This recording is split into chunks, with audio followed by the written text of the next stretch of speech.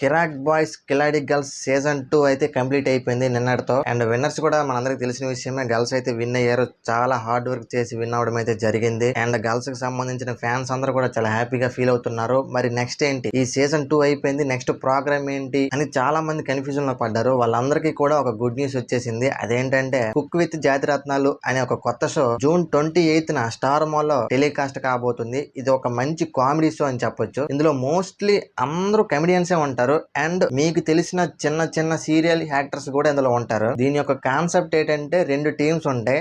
ఆ 2 టీమ్స్ కూడా కుకింగ్ లో పోటీ పడతాయి. ఇది ఎలా ఉంటదంటే చాలా ఫన్నీగా ఉండబోతుంది. అండ్ మనకు వచ్చిన న్యూస్ ప్రకారం ఈ షో పై భారీ అంచనాలు అయితే ఉన్నాయి.